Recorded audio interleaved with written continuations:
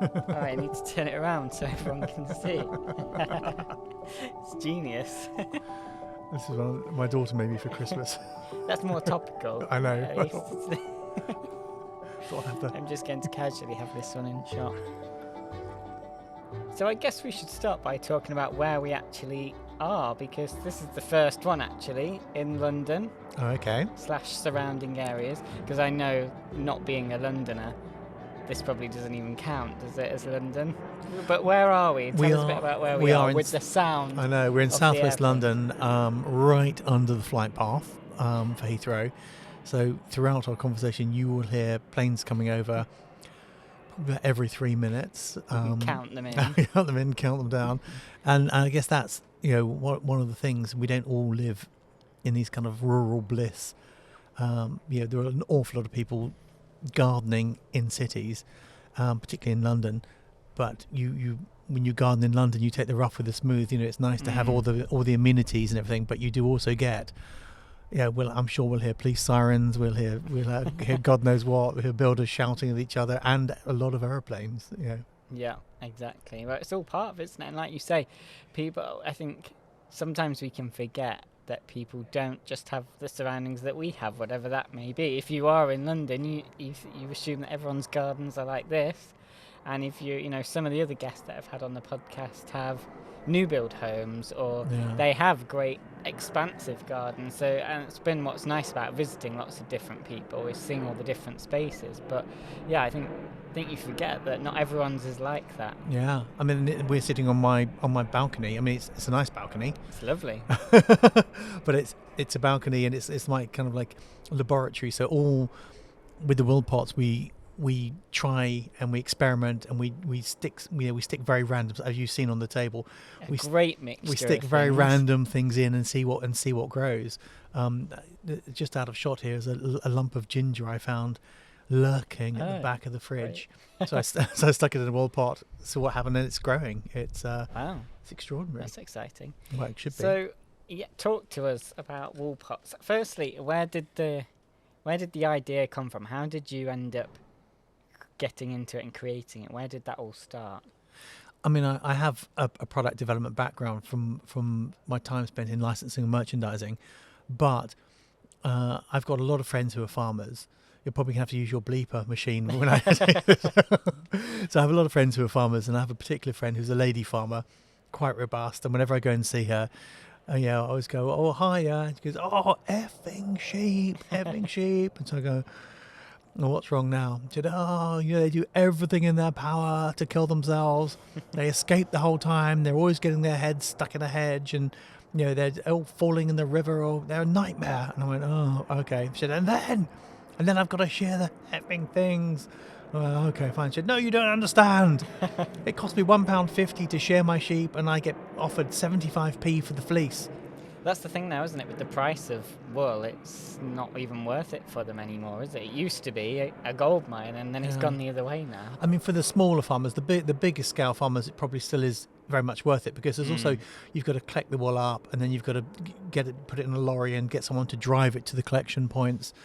So there's by the time you've done that, there's no money left in it, is there? Yeah, it's like cost on cost, and so it's very difficult for farmers who have a smaller number of sheep, and they really struggle with the fleeces. So I said to my friend, "So what do you do with your wool?"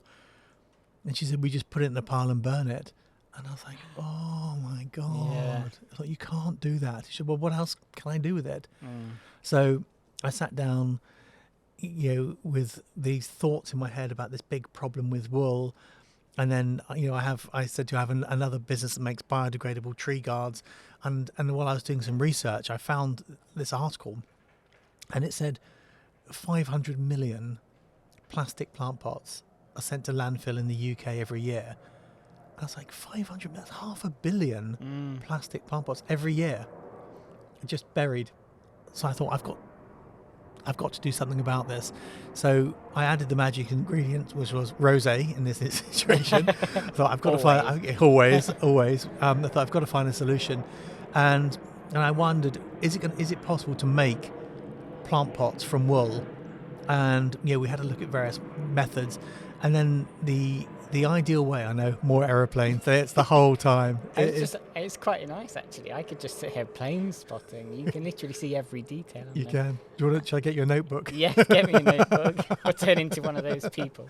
Oh, British Airways. Sorry, got distracted then totally by what you were saying. So just then, I had to find a solution, and so we worked out that you can knit a plant pot, and it works very, very well. So we made some prototypes. My business partner Tom and I made some prototypes, and I went to him to tell him I've got this fantastic idea. Look at this, and he was like, "Oh my God, what is that?" I said, "It's a knitted plant pot." And we tried it. We planted various things out in it, and it worked really, really well. We've subsequently learnt a whole load more about wool than we knew before. We joined the campaign for wool, and they are fantastic. There's our first police siren of the chat. If you've got bingo cards ready, we'll have it full by the end. And so, the Campaign for Wool is a global organisation that promotes the use of wool, and so we were saying to ourselves, well, we need to be part of this. So we spoke to them about what we were doing and how we were doing it, and they went, "This is brilliant. What can we do to help you?" And it was actually their patron who we contacted. A bit cheeky, but Prince Charles was the patron, and so we just wrote to him and said, "Listen, this is our idea. This is what was our thoughts. What do you think?" And he was the one who wrote back to us and said, "This is great." Wow, amazing. I know. We're like, "What can we do to help?" Well, can you make us members? So he was like, "Yeah, okay." Great. So I contacted the Campaign for Wool and said, we'd very, very much like to become members. And I explained the conversation we'd had, and they were like, "Yeah, not a problem." So it was fun, and they're an amazing organisation promoting all kinds of wool use.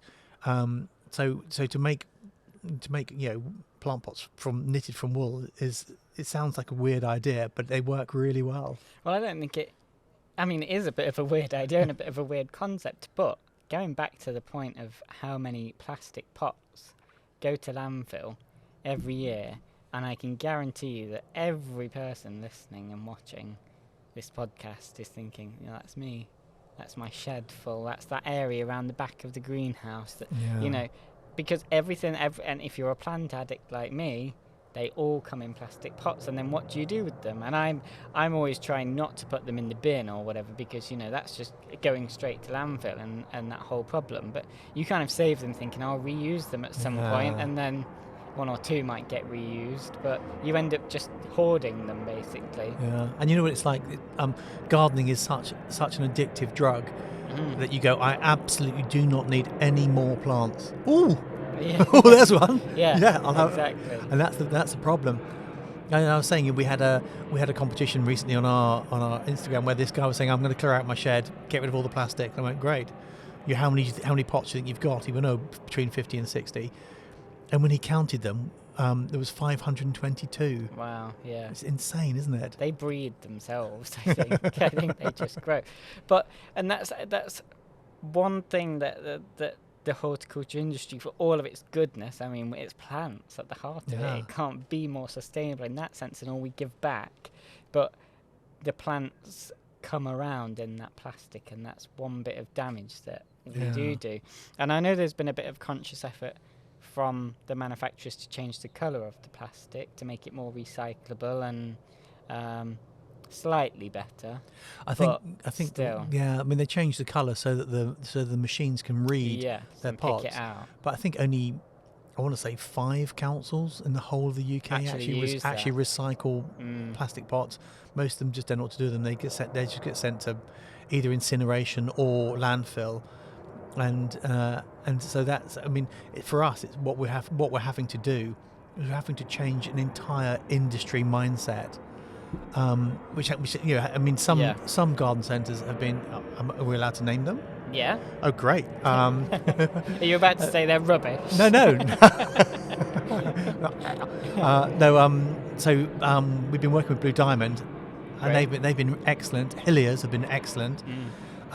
But we've had to put a real effort into kind of explaining what the product is and explaining how it works. And it's just, you use it. Here's one I prepared earlier. Yeah, great. So when you have a look, it's just like a normal pot, and when you open it up, you It's put like a sock. yeah, yeah. I mean, it's literally it's exactly like a plant pot, but you put your compost in, you put your seeds in, your plugs, or, whatever, you water it, then the plant grows, and then you notice the roots coming out of the bottom of the pot, and it's ready to plant out. And so you dig a hole, you stick the whole wool pot in the ground, but you leave this little collar slightly proud of the soil, because that's a natural slug and snail barrier. Perfect, yes, with the wool. Yeah, and then the roots just grow through the bottom of the pot, and it will just naturally biodegrade. And after 7 weeks or so, it just turns into plant food. Great. Well, win-win then, really. Isn't it? I mean, we're helping the wool industry, helping the farmers, helping my friend, my shouting lady farmer friend. Yeah. I don't think it will silence her, but it might help. Well, exactly. But they do work remarkably well. Yeah. So I guess then, it sounds easy then, doesn't it? What are the blockers for us to get this?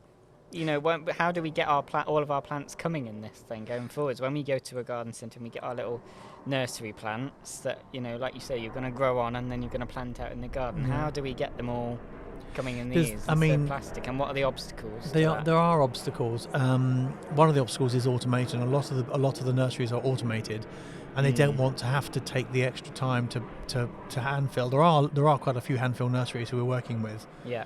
And they're very keen and very interested, and we've got a whole lot of trials running. So our pots will go in store, so you have exactly the same plant, exactly the same price, and you'll give people an alternative. Do you want a plastic pot, or do you want a wool pot that's naturally degradable? That's naturally great. possible. The person can make the choice. And they can swap it out and take their plant home in a wool pot. But it's taken us a year and a half to get to the stage where garden centres have agreed for us to run that trial. Because you can imagine you're the buyer for a garden centre, and someone comes up to you and goes, "Hi, I'm trying to save the world by knitting plant pots." They think you're mad. Like, yeah, okay. They literally think you're mad. Yeah.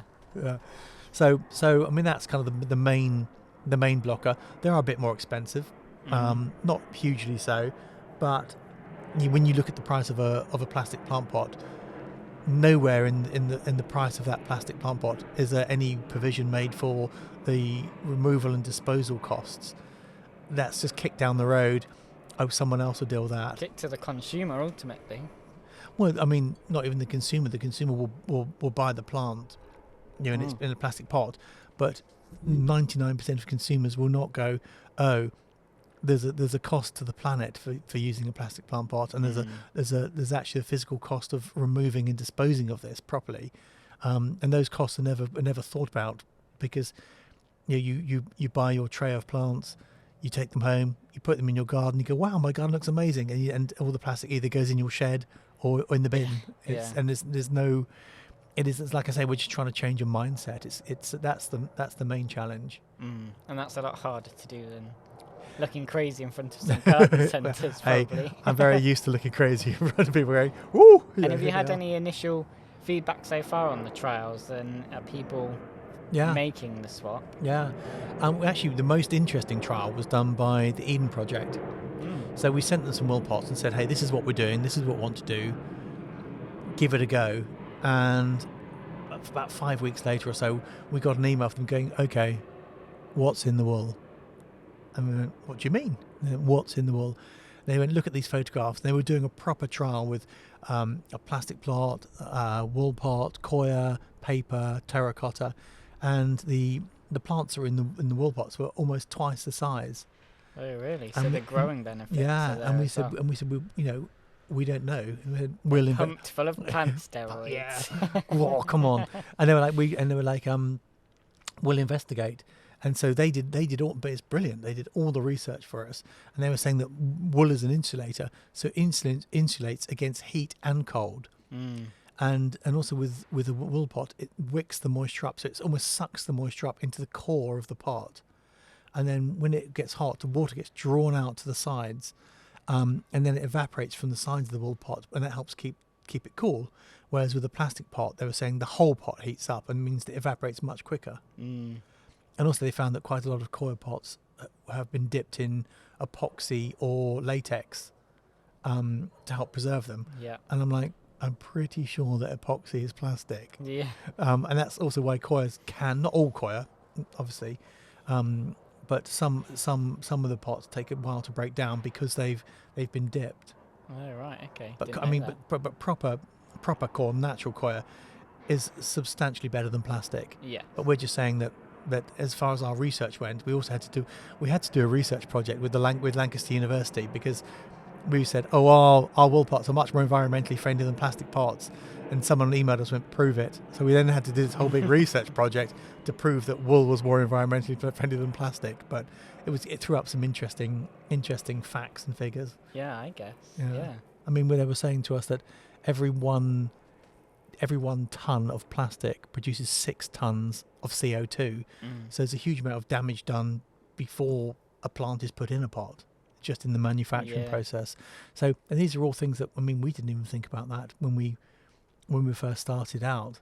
And you kind of learn all these kind of kooky facts. They were saying that plastic breaks down into microplastics, which we all know about. Yeah. And then breaks down into nanoplastics, which are, tiny, Yeah. and they can go through our skin membranes. Oh, really? So there was a test done, and I think it was 75 to 80% of people tested had nanoplastics in their blood, including an unborn baby who had some kind of amniocentesis thing done on them, and they found nanoplastics in the blood of an unborn baby. Wow. And we're like, oh my God, this is terrible. Yeah. So I feel scared, probably just scared all the listeners to You've death. scared They're all all turned the off now. audience now. Well, if that hasn't put them off plastic, I don't know what will. So we, it's a crazy idea, but we're determined to make it work, and everyone who tries them, loves them. So it's just getting the message out there and just encouraging more and more people to use them. Yeah. And so what are the practicalities of using them? So you can definitely use them to start things off. How good are they in terms of just having pots out and about? So you've got them all on the table here, for example, and you're growing plants on at various different stages. Are they good for just kind of actually having, because they look really cool, I think, having them out on display? Do they work in that way as well? Or? Yeah. I mean, I've got one of my ginger plants upstairs in my bathroom. It seems to like the humidity up there. Well, I guess it's good for that as well, because you're letting that humidity come in and out of the wool pot as well, aren't you? I mean, you see on the table, I've chopped various plants up, Yeah, stuck them in. So I mean, there is no method to the madness. It's just madness. So we've got taken cuttings of rosemary and stuck it in, and they grow. We've put avocado seeds in; they've grown. Bits of ginger. I've got a whole load. If you can't see on the camera, all around, there's a whole load of oak saplings, and because we want to make sure that our carbon footprint is minimal. Yeah. So last year we planted 500 oak saplings out on my friend's farm, because we want to have a plus in that column. Yeah. So we've got rosemary and lavender and the basil you can see there, the green there.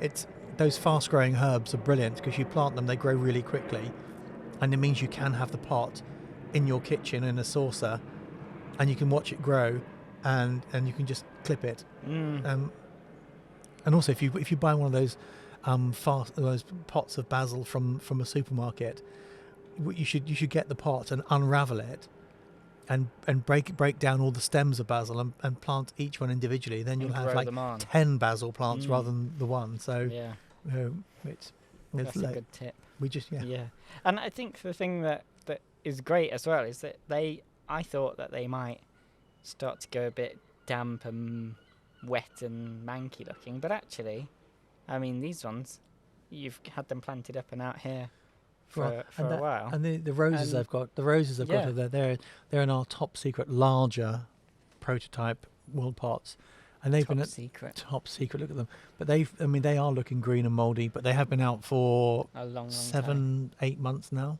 But they're still holding up. They're looking great. No, and that's a project we're working on for bigger. Yeah, because they're great for these smaller ones, like you say, that you're going to grow on and plant in the ground. But then, how do you then fix the big plastic pot problem? Well, the big plastic pot problem is the fact that they are big plastic pots. So some of them are like 6 litre pots, and if you think that 6 litres is a lot of plastic, using your a kilo of plastic is 6 kilos of CO2. So you look at the amount of CO2 created using those bigger pots. So what we've created is a bigger pot that you and like a form. So we've got a ceramic form. So you stretch the bag, the wool sack over it. Okay. Then you take the larger plant out and you just stick it in, and it automatically closes up. Pull it out. And there's a drawstring, so you pull the drawstring, and it seals everything in. Great. And then people can take that home with them, and they can leave the 6 litre pot behind. Yeah. And that 6 litre pot is a robust pot. It can be reused and reused and reused. Yeah. So in a way And that's it. By leaving them at the garden centre, as often that's where the nurseries even are, or they have that route back to go around. When their delivery comes, they take the plastic back and they reuse them. And if you can get that cycle going, then at least the plastic being created, and it serves obviously a great purpose for transport and stuff, and all the mess that would come with that without plastic. So but it's going to keep it going round and being reused and keep it in that tight loop, rather than it coming home and filling all of our sheds and everything else, isn't it? If you can swap them out at that point. A lot of garden centres, some garden centres take plastic pots back, but when we've spoken to them, said, but do you actually reuse the plastic pots? And quite often they say no, because of contamination. We can't risk the contamination. So you'll have a little bit of soil left in the bottom of the pot, unless you're absolutely sure that plastic plant pot comes from your nursery. By introducing another, a pot from somewhere else, there's a contamination element into it. So otherwise, that means you then have to steam wash all of your pots. You're going to have to pay people to wash them out. And if you think, plastic plant pots don't cost a huge amount of money, but if you then have to steam clean them to avoid contamination, it just adds another layer of pain. So that's another reason why they're not reused, because you don't want to have your amazing, lovely nursery and suddenly it's contaminated with some dreadful thing. Yeah. So I guess actually it would be ideal if you can work directly with the nurseries, like you said, the people that are growing the plants on, so that they just get rid of the plastic entirely. Yeah. They come to the garden centres already in a wool pot. The consumer has no choice but to buy it in a wool pot, and there was never any plastic involved. And then that way there's no going backwards and forwards. But I guess then the things come in like transportation and keeping them all upright and stuff like that. But there are solutions for those as well. I'll show you those later. Another top secret You've project. Got it all covered. but you're right. But it's because you've got to think of the whole journey. When you get into it, there's so many things in the journey that you've got to think about, and you think you fix one problem, but like you say, you cause another, and you add more cost in cleaning a pot or whatever to make them go around. So there is lots to it, isn't there? It's not as simple as great. We've made some wool pots. That's the planet saved. Yeah, right. Off we go. Time for tea. It's all the practicalities, isn't it, that you've got to think about. But it's amazing that some people see problems and go, oh my god, that's a huge problem, but luckily we're very good at this. The British, we look at them and go, right, that's a problem waiting for a solution, and we tend to love those kind of problems. How can we solve this issue? And we tend to be very good at that. So when we first sat down and really sat down and thought about going, right, what are the issues? And you're right, it's not only the growing, it's the transportation, it's the filling and da. So we have to start off sensibly with we start with the hand filling nurseries, and there's some amazing hand fill nurseries. We spoke about one earlier, and they are an exceptional nursery. I don't know if we're allowed to mention them. Yeah, you can mention anyone. So the Beth Chatto nursery. Yeah. I was over there seeing them, and they are an extraordinary nursery. They hand plant everything. They virtually know every plant by name. The care they take is just fantastic. So hopefully we'll be working with them in the near future. But yet again, they are an exceptional forward-thinking nursery. And even we went to them and said, hey, look at this, we're knitting plant pots. They're like, okay, you better come and see us and explain how this works. Yeah. Of course, when we showed them, like, oh yeah, Oh yeah, look, that would work. And have they started adopting it and kind of using them? Well, we only saw them very recently, Oh, so did you? so hopefully, fingers crossed. Fingers crossed. Right, so when I go there tomorrow, then I've got to do a bit of casual plugging, have I? Yeah. Have you seen these wall pots? Yes, bribery, and corruption in low places. Great. Yeah.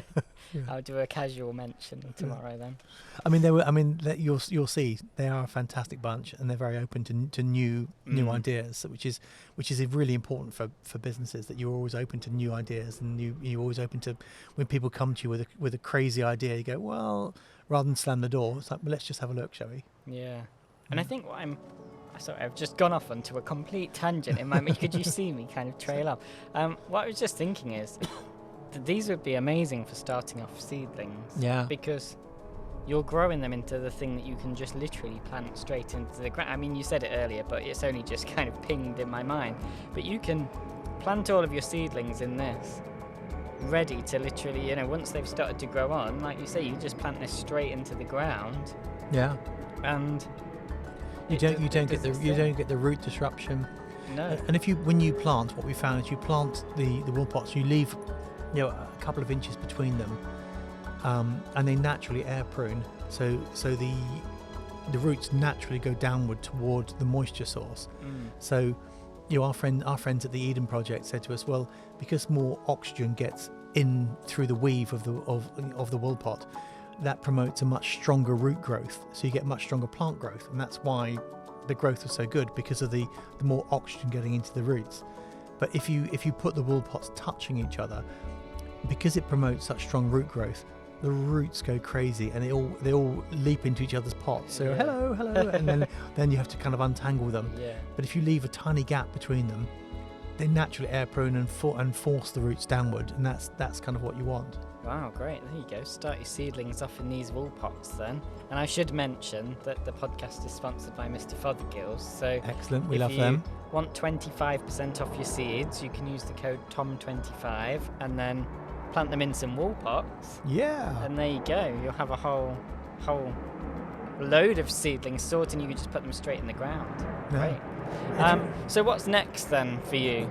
So you did a bit this year. Actually, we should talk about that. You went to Gardeners World Live, and as you said earlier, you were inundated, you were swamped. It was extraordinary. At the stand. So yeah. How did that come about, and what did people make of it? I mean, you probably got a few second looks, didn't you? Well, actually, I mean, Gardeners World Live, the Gardeners World Live team, they're fabulous as well. And they said, they saw us and said, would you be our repotting partner of choice? So that they give you a stand, and they say, right, fine, people will bring their plants to you, and you take the plastic pot out and you stick it in a wool pot, and they take it home, and all the plastic pots that we collected are going to a school, and the school's going to have some kind of planting program. So they want to try and encourage kids to get into gardening. So we're like, this is fantastic. Yeah. Absolutely perfect. And we said to them, well, how many pots are we looking at here? And they said, between 1,800 and 2,000. We're like, okay, fine. We're happy to supply those pots. Yeah. 5,000 pots later. Wow. It was, and when there were like 5-6 people deep at the repotting counter, and we're very lucky we had a couple of friends who were joining us. Who thought they were coming for a lovely time, probably. No, and lovely Josie Slade, who does all of our photography, and she's Swindon Growers. She's absolutely fabulous person as well. And so we said, Josie, can you come and just take some photographs of us at the stand? We're like, Josie, put your camera down. She's just going to get stuck in. She literally, and she was like, okay, fine. So she took a few photographs and got stuck in and helped us. And our friend Geraint from Wales came up and he helped us. But it was literally, there were 4 of us, flat out. It was absolutely bonkers, but such a good experience. And people were so positive about using an alternative to plastic, and they were going, oh my god, my shed, I've got so many plastic pots piled up in my sheds. And Tom was saying, yes, the sheds of shame. That's definitely going to be a thing, isn't it? We need to start a hashtag on the back of this episode, I think, is share your sheds of shame with us, using the hashtag of just pictures. We want pictures of your plastic pots, everyone, on your stories from this week's podcast. Hashtag sheds of shame. And show us all your plastic pots that you're hoarding. But don't use your name. Use one of your enemies' names. Put it on your alt account. God, look at Tom's shed. It's full of them. I know. I must admit, I've got a few sneaky plastic pots hiding around in our car park. Everybody does. Yeah, I mean, and that's the everybody, thing, and isn't it? this is the thing. And we said earlier, you think you've got enough plants, and you think you bought enough plants, and then the moment you see something nice, you buy it, and then it's another pot on the pile. It is extraordinary. Exactly. Yeah. So what's next then? You've got a lot of secret projects on the go and a lot of trials and things happening. But what's next, and how are you going to keep spreading the word of wool pots? Well, we are working on some bigger sizes, because we had to start somewhere, and the most common size pots are 9 and 13 centimeters. So Yeah. if you look at a wool pot, that's 9 centimeters as it is, and when you put soil in, it reaches 13 centimeters. So because wool stretches, it covers a few both bases. those sizes. But we are working on bigger size plant pots. We're working on the much bigger wool sacks, which are are sort of aimed at your sort of 6 litre size plants, and it is off screen, but there are a whole load of roses here in big wool sacks, and we're working on some interesting stuff that you can preload and just dump in your hanging basket, or you can preload and dump in your trough. So, and that will come with just some peat and a whole load of bulbs. You don't even have to worry about it. It's for the proper lazy gardener. You just chuck it in, maybe put a layer of peat over the top to make it look nice, and then the following spring a whole load of plants will pop up, and everyone go, "Well, aren't you a good gardener?" yeah, absolutely. Well, I guess that's the thing. They are the perfect thing for the lazy gardener, because like we say, you start your seedlings off in them and then just plonk them in the ground when they're done. Job done. No faffing about. Yeah. So if people want to buy them, where can they buy them direct from your website? Where's the best place to get them Blue from? Diamond. Yeah. Blue Diamond have been fantastically helpful. So Blue Diamond centres, Hilliers support us. We've got a whole load of independent garden centres supporting us as well.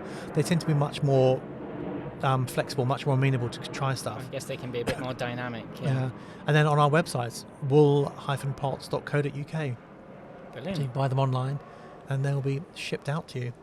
Perfect. Well, hopefully everyone's now going to be rushing for their autumn sowing. Good stocking, fellas. He said, plugging shamelessly. Literally stockings for stocking fillers. But yeah, so how much are they actually? I should ask. So what's the sort of retail price for them? You get a bundle of 10 wool pots for $7.99. Oh, that's great actually. That's not a bad price, is it? Well, thank you. Yeah, I think that's a great price. And like you say, actually, a nice stocking filler, you're going to get a little bundle of wool pots. With some seeds. There you go. Using your discount. In a lovely bit of twine. I can see it. You're going to have a load of sales off me now on the back of this. Yeah, that would make a really nice just little gift, and doesn't cost the earth, does it? Well, literally. Is that what they come like? Yeah. In a little... Yeah. Wow, look literally. at that. People are going to think they've got socks as well, which would be the best thing, because you get, not more socks again. And then you open it. I mean, I'd be thrilled if I thought it was socks, and then actually it's wool pots with some little seeds you could just tuck in there and a little nice note on them or something. Yeah. There you go. Gift idea. I'll take commission on those. I would have to give you some stuff your pockets full on the way out. Yes, perfect. It's funny, isn't it? You don't notice the planes, do you? No, you tune them out. You tune them out, but they come over literally every 2-3 minutes. They literally are, right? I mean, the listeners will probably be like, "Oh God, well, shut up! Another one again." I know. You do just kind of get used to it. It's like being in London, that you just tune it out after a while, don't you? You have to. You have to. You go mad. Yeah, exactly. Yeah, it's quite nice to come down this way. Actually, I've been all over the country with the podcast, and it's quite nice to come and like you say, to see gardeners that are a bit different and people growing in this kind of space, and to think about that. Because a lot of people just have a balcony. They don't have a garden. They just have a balcony, so they've got to adapt and be and just do what they can do in the space they've got. Exactly. And the plants they grow is very much governed by the space they have. Yeah, and you haven't got huge amounts of space to be storing loads of plastic pots either, have you, in these sort of gardens? So just the solution people need. Well, let's hope so.